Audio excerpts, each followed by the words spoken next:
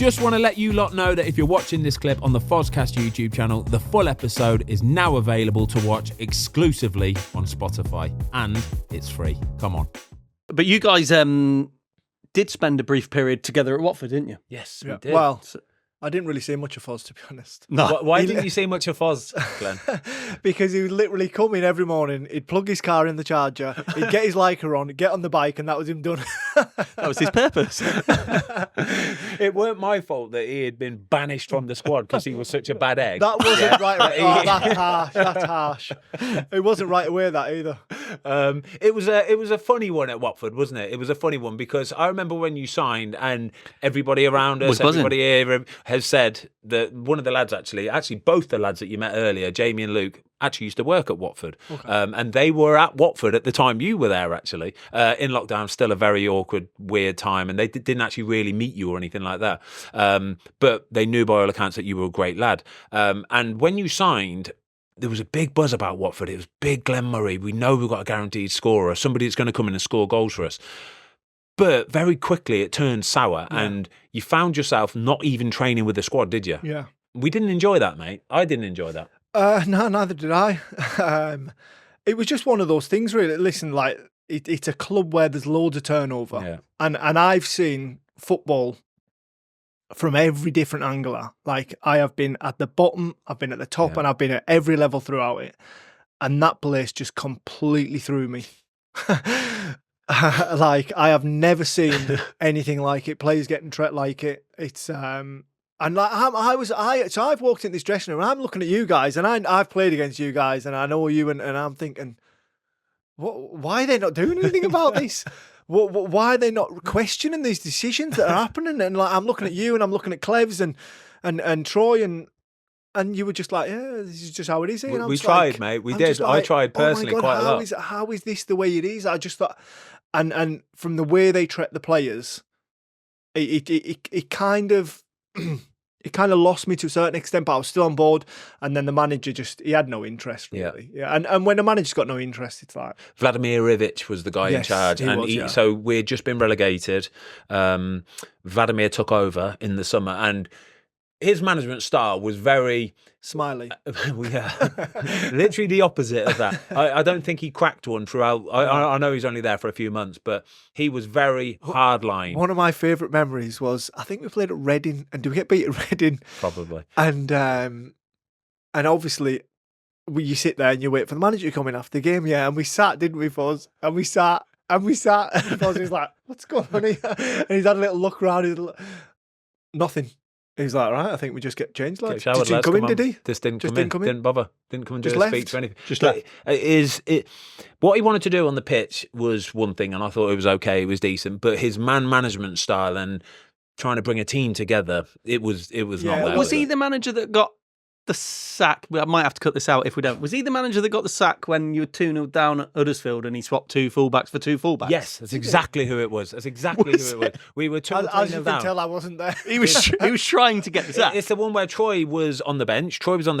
We were losing 2 or 3-0, and he bought our right back off and our left back off, who were quite attacking right and left backs, and bought normal right and left backs, like chillers, absolute chillers. So he knew he was done at that moment in time, and he left Troy on the bench as well. And Troy's kicked off about it in a few podcasts and said a few bits and bobs. But it didn't quite work out for him. Zisco came in and took over.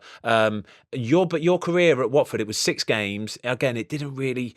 It got to the point, though, where you were training by yourself in the morning, weren't you? Yeah, I was always one of those players that, like, I was never going to impress you during the week. Yeah.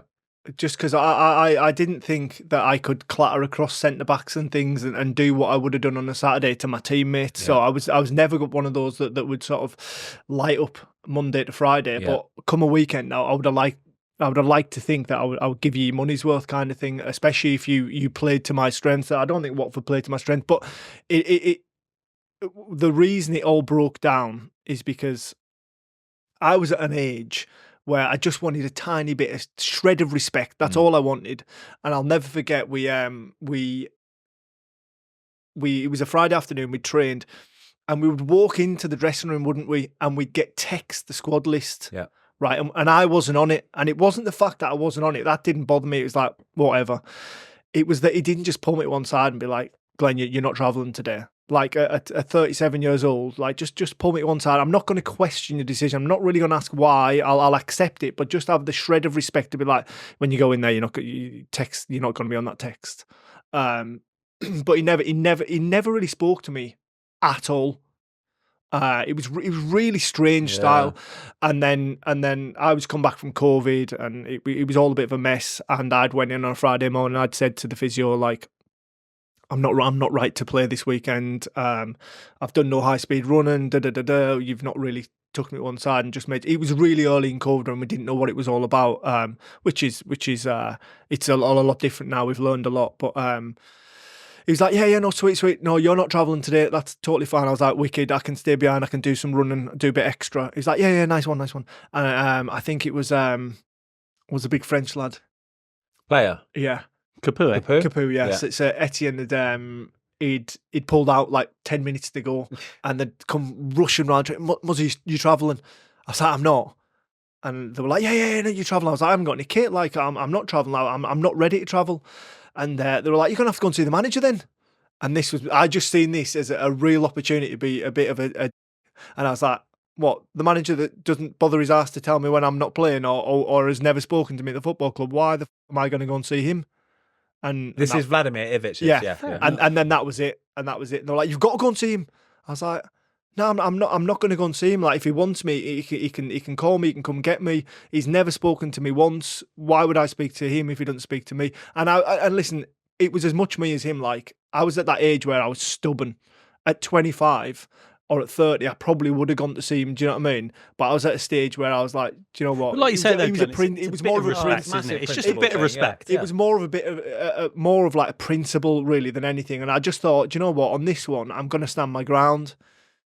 And yeah, I stood my ground and never seen Fozzie again until today. Very briefly, so I would get, like I say, I'd get into training, but I was always one of the first ones in anyway because I was going to do a bike session. But he would be literally doing his session in the gym at the same time. So we would be battering the gym, he'd have a good old sweat on, and he had to be out pretty much before the lads all got in, didn't you, really? The stipulation was you got in early and then you left before the players came, so you didn't get time to fraternise with them. Wow, that's... Not that I would have, because it was a good dressing room. Glenn, you're a great lad. Like, all the lads absolutely love you, and nobody liked seeing it. Nobody enjoyed seeing you. So what happens there, Ben? And both of you have been in dressing rooms. This wasn't just Ivich. This was like everything that happened up to it. I'll never forget, we got a fine list, right?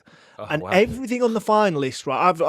It's like my head had fallen off. I was like, "What is this?" I'm like pulling Fozzie. I'm like, "Fozzie, is this happening?" And he's like, "Relax." Everything was 10% wages. Everything was 10%. And bear in mind, we've got lads touching like $100,000 a week playing, right? So if you left an item of clothing out on the training field, it's going to cost you 7 or 8 grand. It's going to cost you 10 grand. So if you leave your water bottle out or you leave your jumper out with your number on, it's going to cost this certain lad 10 grand. Right, and this was everything. And what would it normally be, like 100 quid or something like that? 50 quid. Yeah, and like lads are like sweet with paying like a fine. It's not that, but like 10 grand. It was a money making exercise. Oh my god! It was a chance to recoup money. We'd just been relegated. It was a chance to recoup as much money as you possibly could. Because there was no relegation wage cut when we got relegated, so we were all still on Premier League wages. So what happens, like with this fine list then? What happens? This can't be right. Surely, when did the PFA get involved? Okay, keep talking. So this is like, it's going to be a trial. It's going to be a week trial, right? And there was also a massive fine list for the physio room, wasn't there? Yeah. So it was things like if you book a massage and you don't turn up on time, it was like 10%. It was everything, right? So I think we got to the end of the week and they said, "Oh yeah, we've done the trial. We've only done it on the medical room, not on everything else that's been going on." And I think that the fine list was like 97 grand.